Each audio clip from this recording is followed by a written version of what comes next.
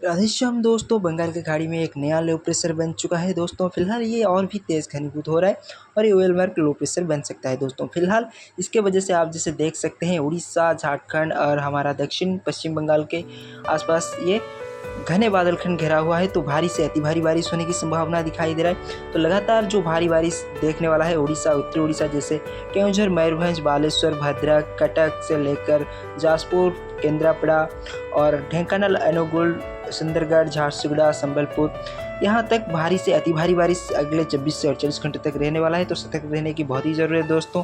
तो दोस्तों फिलहाल आप जैसे देख सकते हैं उत्तर उड़ीसा में भारी से अति भारी बारिश के कारण बाढ़ जैसी स्थिति आ चुका है। तो फिलहाल और भी तेज़ बाढ़ आने की संभावना दिखाई दे रहा है, तो सतर्क रहने की बहुत ही ज़रूरत है दोस्तों। इसके साथ साथ ही उत्तर प्रदेश और बिहार के कुछ इलाकों में भी भारी मात्रा में बारिश होने की संभावना दिखाई दे रहा है। तो सतर्क रहिए दोस्तों, उत्तर भारत से लेकर पूर्व भारत तक। थैंक यू दोस्तों, मिलते हैं नेक्स्ट वीडियो में।